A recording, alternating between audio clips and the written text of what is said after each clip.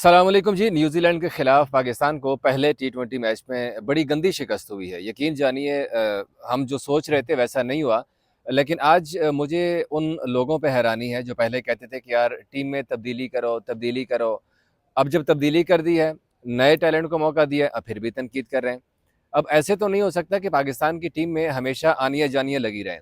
कभी आप एक को लेके आएँ, वो पसंद नहीं आता, एक मैच के बाद उसको हटाएँ, फिर दूसरे को ले आएँ, फिर तीसरे को ले आएँ।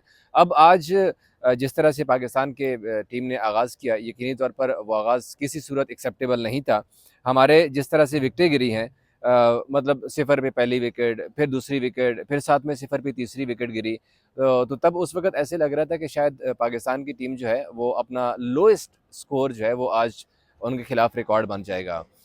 आज कुछ रिकॉर्ड्स वैसे बने भी हैं, उसके हवाले से भी मैं आपको आज डिटेल से बात करूँगा।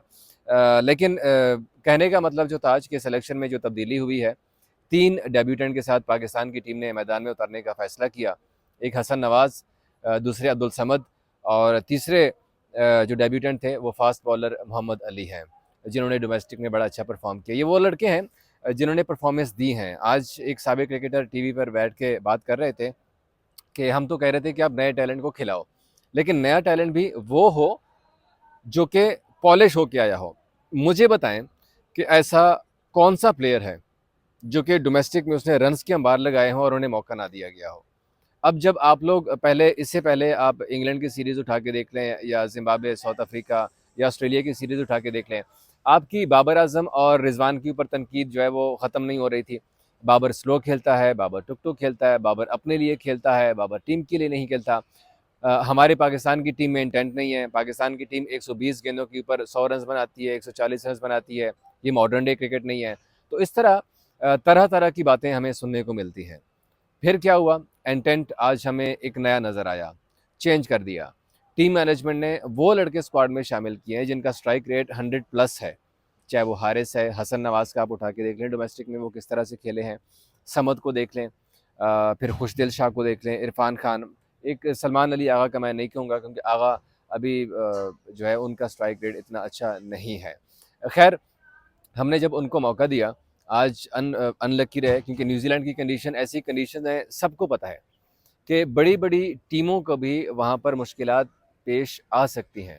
आज तो अब ऐसे तो अमूमन ये था कि हम लोग टॉस जीत जाते थे और फिर हम जो है वो पहले बॉलिंग कर लेते थे ताकि पिच थोड़ी-सी यूज़ हो जाए और उसके बाद फिर जो बैटिंग है वो करना आसान हो जाता है थोड़ा-सा। लेकिन हमारी बदकिस्मती थी, हम टॉस भी हार गए और फिर नए लड़के थे, उनको न्यूज़ीलैंड में खेलने का एक्सपीरियंस भी नहीं था इतना।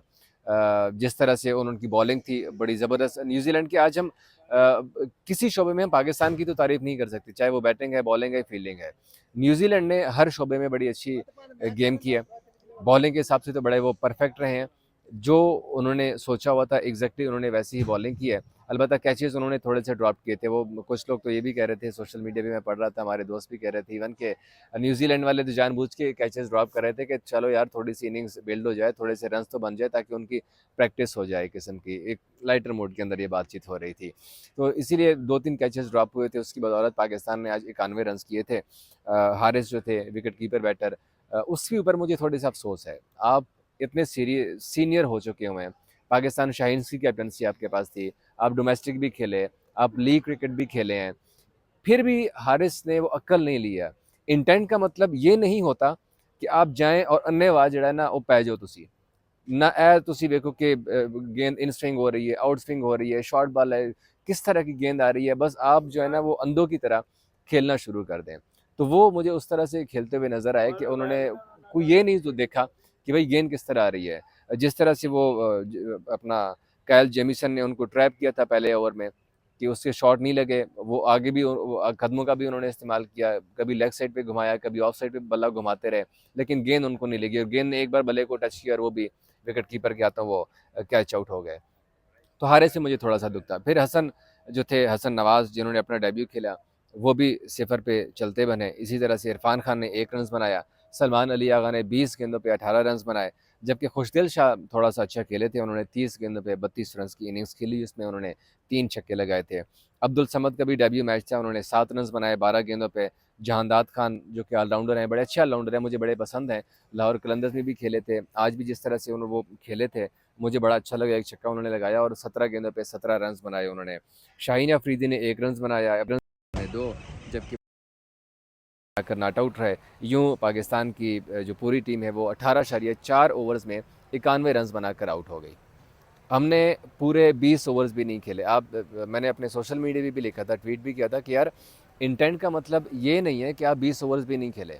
अगर हारे से पहला ओवर नहीं खेला जा रहा था तो आप वेट कर लेते, आप दूसरे ओवर में अटैक पे चले जाते या तीसरे में चले जाते। मुझे विराट कोहली की एक बात बड़ी अच्छी लगी है, और साथ अभी बल्कि चलें विराट कोहली भी बाद में, तो अभी रोहित शर्मा ने, क्योंकि हमारे कुछ फैंस की यादाश्त भी जो है ना वो थोड़ी सी पुरानी हो जाती है कि आप पुरानी बातें भूल जाते हैं। रोहित शर्मा का उठा लें चैंपियंस ट्रॉफी वाला बयान। वो कहते हैं जब उनसे पूछा गया कि आप किस तरह हिटिंग कर लेते, एक तो उन्होंने कहा कि एक तो मुझे अपने प्लेयर्स पे जो पीछे आने वाले होते हैं उन पर एतबार होता है कि वो कर लेंगे, चाहे हम जल्दी भी आउट हो जाए तो वो कर लेंगे। दूसरी बात कि मैं एक बॉलर्स को टारगेट करता हूँ। अब जैसे जैकब डफी भी था, जेमिसन भी था, एश सूडी भी था, तो हारिस को इस तरह से एक बॉलर को हिट करना चाहिए था कि यार ये मेरा टारगेट है, मैंने जेमिसन के ऊपर अटैक करना है, मैंने डफी पे अटैक करना है, या मैंने ब्रेसवेल पे करना है, मैंने सूडी पे करना है। आपको एक बॉलर को टारगेट करना चाहिए कि अगर सपोज़ आपका जेमिसन के खिलाफ आपका मेडन ओवर चला गया, नो प्रॉब्लम, आप दूसरे ओवर में अटैक कर लेते, आप तीसरे में कर लेते, आप वो कमी आप पूरी कर सकते थे। लेकिन ये जो थोड़ा सा वो जो गेम अवेयरनेस है ना, उसकी थोड़ी सी कमी है हमारे पाकिस्तान टीम के खिलाड़ियों में, जिसका मैं बारहा ये बात करता हूँ कि गेम अवेयरनेस जब तक आपके अंदर बिल्ड नहीं होगी, आप जितने बड़े मर्जी 30 मार खान बन जाए, आप वो नहीं कर सकते। तो ये हारिस को थोड़ी सी अपनी गेम अवेयरनेस भी डेवलप करनी होगी, जो कि आज हमारे प्लेयर्स के अंदर मुझे काफ़ी कम नज़र आई है। एक लम्हा आया था जब मुझे ये लगा था कि शायद पाकिस्तान की टीम के ख़िलाफ़ रिकॉर्ड कायम हो जाएगा लोएस्ट स्कोर पावर प्ले में, लेकिन हम 1 रन से बच गए थे। हमने जो लोएस्ट पावर प्ले में रन्स किए थे वो 13 रन्स किए थे वेस्ट इंडीज़ के ख़िलाफ़ 2016 में। लेकिन आज हमने पावर प्ले के अंदर पहले 6 ओवर्स में 4 विकेटों के नुकसान पर हमने 14 रन्स बना लिए। यूँ हम 1 रन से जो है ना वो बच गए थे, अदरवाइज़ हमारे ख़िलाफ़ ये भी एक जो है वो रिकॉर्ड बन जाना था न्यूजीलैंड के ख़िलाफ़। दूसरा, एक लोएस्ट जहाँ तक रन्स का रिकॉर्ड था, उसमें भी पाकिस्तान की टीम की आज बचत होगी। ये 64-74 रन्स आपने बनाए थे, हमने लोएस्ट रन्स बनाए थे T20 क्रिकेट के अंदर, लेकिन उसमें भी आज थोड़े से जो खुशदिल शाह ने थोड़ी सी इनिंग्स बिल्ड की और उसके साथ साथ जहांदाद खान और सलमान अली आगा जिस तरह से खेले, तो पाकिस्तान की टीम 91 रन्स तक पहुँच गई थी ईज़िली। मैच के बाद जब खुशदिल शाह ने प्रेस कॉन्फ्रेंस भी की, उनसे सवालात भी हुए थे, तो वो कह रहे थे कि हमारी कोशिश थी कि 140 से 50 के दरमियान का टारगेट दिया जाए, लेकिन जिस तरह से न्यूजीलैंड की टीम खेली है जवाब में, मुझे लग रहा था कि उनके लिए तो ये टारगेट भी कम था। अगर आप 150-40 कर भी लेते, उन्होंने 11 ओवर में आपके 91 रन चेस किए, 1 विकेट के नुकसान के ऊपर। अफसोस इस बात का हो रहा था आज के मैच में कि जिस तरह से जेमिसन ने बॉलिंग की है, उन्होंने आउट स्विंग भी किए, उन्होंने इन स्विंगर भी मारे थे, उन्होंने यॉर्कर डिलीवरी भी की है। शाहीन अफरीदी उस तरह से नज़र नहीं आए, गो कि उसने यॉर्कर कुछ किए थे, लेकिन जिस तरह से उसे मार पड़ी है शाहीन अफरीदी को, इतने सीनियर बॉलर का, और बॉलिंग के लिए साजगार पिच जो कि बिल्कुल हेल्पफुल थी बॉलर्स के लिए, क्योंकि उनकी यार देखें, उनके बॉलर्स अगर इतना अच्छा कर सकते हैं तो फिर पाकिस्तान के बॉलर क्यों नहीं कर सकते हैं। अब देखें, मैं आपको खाली जेमिसन का बताऊं, उन्होंने 4 ओवर्स में सिर्फ 8 रन दिए और 3 खिलाड़ी उन्होंने आउट किए थे, उसमें से एक मेडन ओवर भी था उनका पहला ओवर जो हारिस पे उन्होंने मेडन किया था। इसी तरह से जैकब डफी ने 3.4 ओवर्स में सिर्फ 14 रन दिए और 4 विकटें उन्होंने अपने नाम की हैं। उनके पेसर्स ने खाली 7 विकटें ली हैं, जबकि 2 एश सोडी ने ली हैं स्पिनर ने, और एक फिर जैकरी फोल्क्स जो हैं उन्होंने 3 ओवर्स में 11 रन दिए और 1 विकेट लिए है। जबकि अगर हम शाहीन अफरीदी की बात करें तो उन्होंने 2 ओवर में 17 रन दिए हैं। मोहम्मद अली ने 3 ओवर में 25 रन दिए हैं, शादाब ने 2 ओवर में 18 दिए हैं, जहांदाद ने 1 ओवर में 16 दिए हैं, अबरार ने 2.1 ओवर में 15 रन दिए हैं, और जो 1 विकेट मिली भी है पाकिस्तान को वो इब्रार के हिस्से में आई है जब उन्होंने टैम सैफर्ड को 44 रन पे आउट कर दिया था। फिर फिन एलन ने 17 गेंदों पे 29 रन बनाए, जबकि टिम रॉबिन्सन ने 15 बॉल्स पे 18 रन की इनिंग्स खेली है। न्यूजीलैंड ने इतने आज कैच ड्रॉप किए थे कि अगर पाकिस्तान की टीम खाली उन ड्रॉप कैचेस को भी यूटिलाइज़ कर लेती तो शायद हम बड़ा टारगेट देने में कामयाब हो जाते। लेकिन ऐसा नहीं हुआ। अब रही जहाँ तक बात नए टैलेंट को मौका देने की, तो मेरा ख़्याल है कि अब कुछ लोग अर्ली ऑन उन्होंने तनकीद के निस्तर जो हैं वो इन प्लेयर्स के ऊपर खोल दिए हैं कि ये इनसे खेला नहीं जाता, इनको खिलाया नहीं है, उनको मेरिट, मतलब डिफरेंट काइंड ऑफ वर्जन जो हैं वो स्टोरीज़ की आ रही हैं। लेकिन मेरा ख़्याल है कि आज जो लोग बाबर और रिजवान को याद कर रहे हैं, यही लोग कल को बाबर और रिजवान पे तनकीद भी कर रहे थे कि वो स्लो खेलते हैं, उनका स्ट्राइक रेट नहीं है, वो रन रेट के हिसाब से अच्छा नहीं खेलते, वो अपने लिए खेलते हैं, टीम के लिए नहीं खेलते। तो अब हमें इन लड़कों को कम से कम प्रॉपर मौका देना चाहिए, क्योंकि 2026 का T20 वर्ल्ड कप सर पे आया खड़ा है। अगर हम इनको पूरा मौका नहीं देंगे तो आप किस तरह से जज कर सकेंगे इन्हें फ्यूचर में? आप दोबारा इनको किस तरह से टीम में लेके आएंगे? चले इनके मैं एक लम्हे को मान भी लेता हूँ कि हम इनको ड्रॉप कर देते हैं, हसन, समद, ये वो जिनको भी हमने खिलाया इनको हम ड्रॉप कर देते हैं, बाबर और रिजवान को वापस लेके आए, तो क्या टीम में एक बार फिर से वो क्लैश नहीं बनेगा? जैसे हमने शाहीन को कप्तान बनाया, फिर शाहीन को हटाया, बाबर को लगाया, बाबर को हटाया, सलमान को बनाया, सलमान को हटाया, रिजवान को बनाया, जो इस तरह से शफलमेंट होती रही है, क्या ये लड़के फिर उस तरह से वो सियासत का ऐसा नहीं बनेगा कि यार मुझे एक मैच खिलाया था, फिर ड्रॉप कर दिया, उसको वापस लेके आए थे, अब फिर हम हसन को वापस लेके आएंगे और फिर बाबर को हम ड्रॉप करेंगे?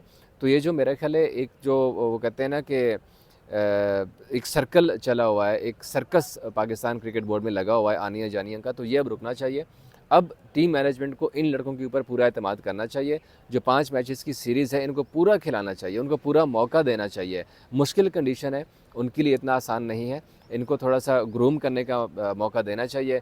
क्राइस्ट चर्च में इतना आसान नहीं होता किसी भी टीम के लिए खेलना, और यही पाकिस्तान के साथ भी हुआ। ग्रास था विकेट के ऊपर, आहिस्ता आहिस्ता ये लोग कंडीशन के मुताबिक खेलना सीखेंगे और तब जाके फिर पाकिस्तान जो है वो विनिंग ट्रैक के ऊपर आएगा।